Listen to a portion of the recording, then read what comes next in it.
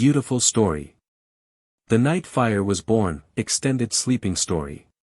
Perfect for a bedtime tale filled with wonder, peace, and ancestral comfort.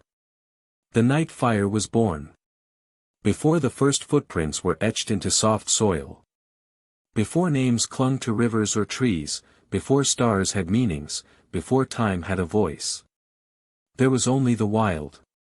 A world vast and breathing. A world without kings, borders, or noise. Where the wind roamed free and nameless through the tall grasses, and the night had no edges. Where animals moved with confidence, and humans, still new, still learning, moved like whispers among giants. They had no homes. No roof but the sky, no walls but trees. Their days were full of movement. Their nights were full of questions. They followed the herds, the rains, the blooming of berries and the migration of birds. They drank from cold rivers and ate what the land gave. Their eyes were sharp. Their ears were sharper. But at night, they were small. As the sun sank low, long shadows crawled across the land like fingers. The blue sky deepened into velvet, and the air grew cold and close. The people gathered together, bones aching from walking, bellies half full, children drowsy in their arms. They curled close, shoulder to shoulder, heartbeat to heartbeat, trying to hold in warmth as the stars bloomed above. There was no comfort then but each other. No protection but presence. No glow to drive back the dark.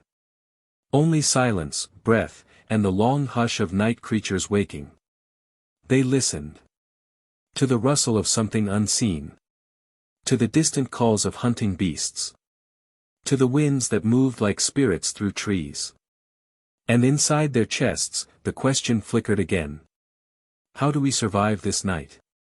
Then one night, far away in what we now call Africa, under a sky heavy with stars, something ancient stirred. A mistake. Or maybe not. Two stones, held in two curious hands, struck together. A spark jumped. So small, it could have been missed. But it wasn't. It landed in dry grass. A pause. A shimmer. Then, a breath of flame. Tiny. Golden. Alive. It wavered like a newborn. Then it rose. It hissed like a whisper from the earth itself. And for the first time since humans had walked the land, the night answered them back, with light. The people gathered close, astonished. They had seen light before, the sun, the moon, the stars. But this was different. This light belonged to them. It kissed their skin with warmth. It painted the ground with moving shadows. It drove the cold from their bones and the fear from their hearts. The beasts in the dark paused. They smelled the heat. They felt the shift. And slowly, carefully, they stepped back. The humans had found something new. Something powerful. At first, they watched the fire like it was a spirit, alive and unknowable. They didn't try to control it. They offered it dry wood and sat in awe as it grew, as it danced, as it hummed.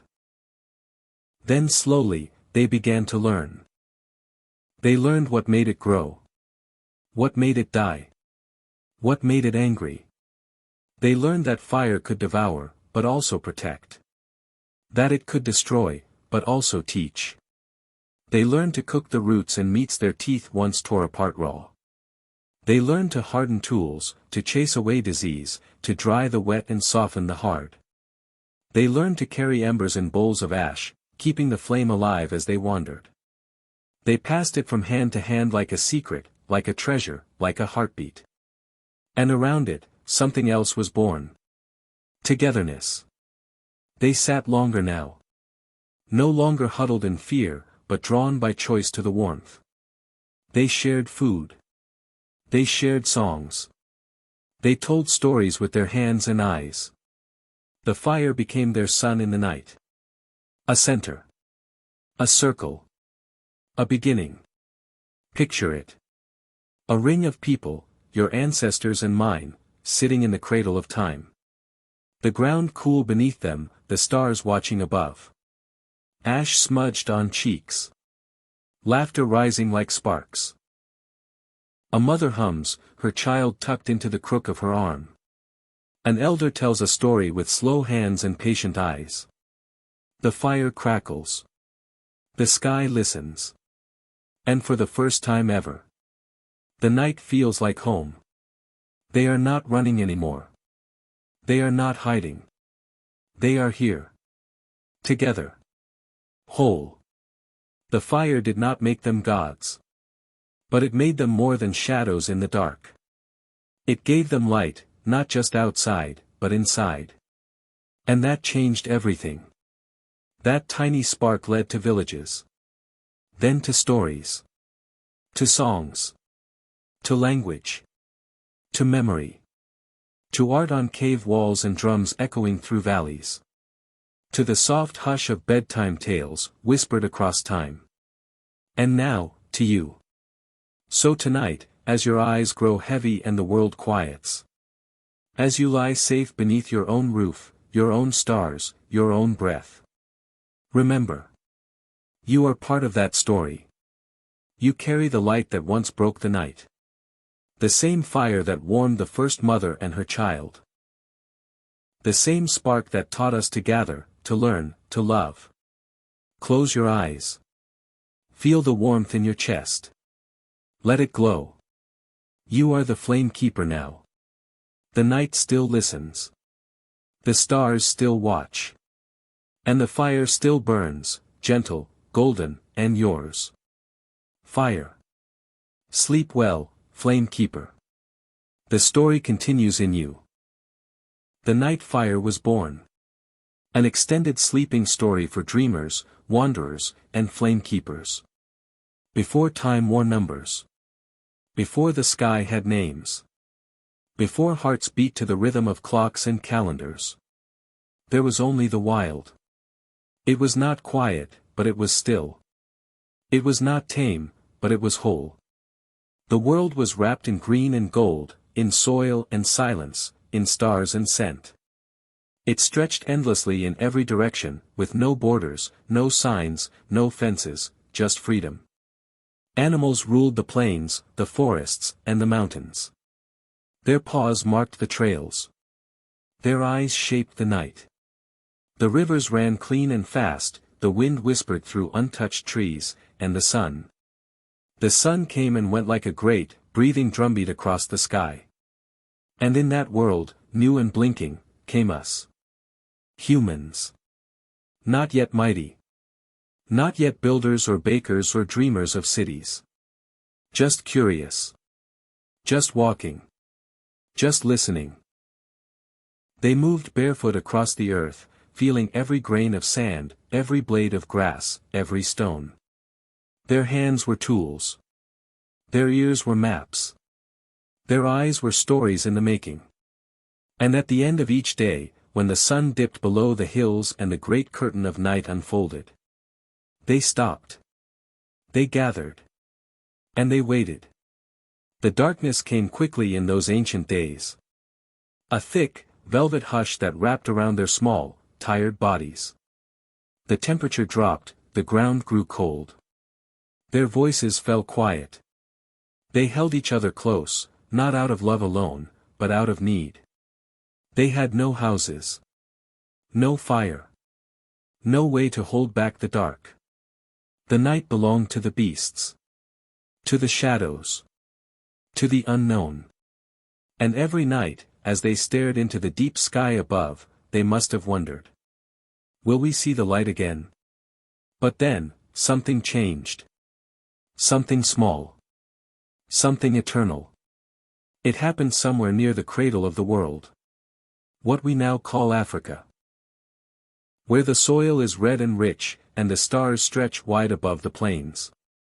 There, one night, beneath the pale watch of the moon, a hand reached for a stone. Maybe it was boredom. Maybe it was accident. Or maybe, just maybe, it was destiny knocking softly. The stone struck another. Once. Then again. And again. A spark. Tiny. Bright. Gone in a breath. But not gone for good. It kissed a curl of dry grass. And in the stillness, a flicker rose. A flame, small, orange, almost shy. It danced like a newborn spirit, uncertain of the world. The people stared. First in silence. Then in awe. Then, in reverence. The fire whispered warmth against their skin. It lit up their faces, turned their shadows into dancers. It chased the cold from their bones, the fear from their eyes. And the beasts. The beasts in the dark took a step back. Then another. Then vanished into the trees. For the first time. Humans were not prey. They were not just surviving. They were becoming. The fire did not roar. It crackled. It did not command. It invited. And around it, everything changed. They could see one another in the night. They could rest without trembling. They could speak without whispering. It was more than heat. It was memory. It was promise. It was the first light of the long story to come. They learned. Oh, how they learned. Which woods gave steady flames. Which ones smoked and sputtered. They learned to feed the fire, not too much, not too little. They learned to carry it, protect it, share it. And as the flames danced, so did language. One word became two. One gesture became a tale. A memory passed from mouth to ear, from elder to child. They cooked. They gathered. They made time for stillness. And stories were born. Can you see it now? A circle of people, gathered close. Some old, their skin lined like river maps.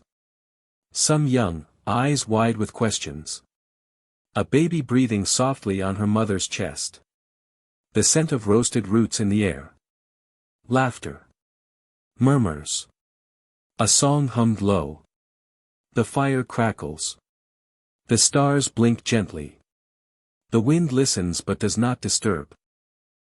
This is the first home. Not a roof. Not a wall. But a circle of warmth. Of presence. Of light. And so, the fire was passed on. Generation to generation. Across deserts. Across oceans. Across the centuries. It burned in caves and villages, in temples and hearths. It lit the path for explorers. It warmed the hands of mothers. It taught, it healed, it held. Until one day, it found you. So now, as you lie down beneath your own roof. Your own sky, your own soft blanket. Remember that spark. It lives in you. That same ancient light. The one that broke the darkness for the very first time. Still glows quietly behind your ribs. It hums in your dreams. It flickers in your hopes. You are a flame keeper. A story bearer. Part of an unbroken chain of warmth and wonder. So let the world grow quiet now. Let the darkness come. It holds no fear anymore. You carry the light. Close your eyes. Feel the warmth in your chest. Breathe in. Breathe out. The fire still burns. And you are home. Fire. Sleep well, flame keeper. Tomorrow, the story continues. Part 2, When Fire Began to Dream. A soft continuation of The Night Fire was born. The fire stayed. Night after night, the people gathered. Not just to survive, but to be together. To remember. To imagine. Because the fire did something strange, something no beast, no tree, no storm had done before. It made them dream. Not the silent dreams that drift behind closed eyes. But the waking dreams, the kind born of wonder. The kind that ask. What if? What if we could hunt better? What if we could plant seeds, and food would grow? What if we shaped stone not just to strike, but to carve? What if the stars were not just lights, but messages? The fire did not answer. It only listened, glowing softly. But in its warmth, ideas flickered like sparks. Soon, the people did more than eat. They carved. They painted. They drummed their hands against stretched hides, mimicking thunder and hoofbeats. They began to notice patterns. How the moon waxed and waned.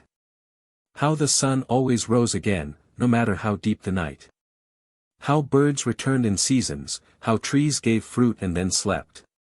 They began to name things. To hold on to moments, not just in their memories, but in words. And every new word was like kindling. The more they spoke, the more they imagined. The more they imagined, the more they created. And the more they created, the more human they became. Around the fire, children listened with wide eyes. They heard stories of the great lions, of the river spirits, of the starbirds that flew beyond the clouds. They asked questions, endless, beautiful, impossible questions. And every answer became another stone in the great path of knowledge. The fire never moved. It simply burned. And with it, time flowed gently forward. Years passed. Then generations. The circle grew. Villages formed. Voices multiplied. And still, the fire remained at the center. Its light stretched across deserts, over mountains, across seas. It warmed the frozen north. It lit the jungles of the south. It cooked rice, roasted fish, boiled tea, smelted metal. It grew with us. But here's something few remember. Though we carried fire through every age, it also carried us. It was our first teacher. Our first shield. Our first mirror. It gave us space to wonder. To speak. To pause. To love. And most of all, it gave us a place to dream out loud. So now, Flame Keeper, as your eyelids grow heavy, as the quiet of night begins to wrap gently around your thoughts, let yourself drift back. Back to the circle. Back to the wild. Back to the first flicker that dared to rise from stone and spark. Feel the warmth on your cheeks. Hear the crackle in your chest. Know that you are not alone.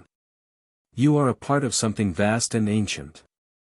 A story made of fire, stars, and the whisper of human breath. Sleep now.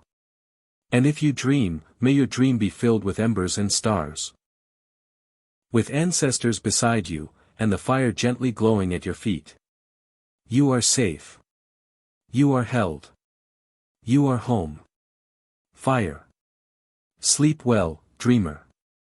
The fire still dreams with you. They learned what made it grow.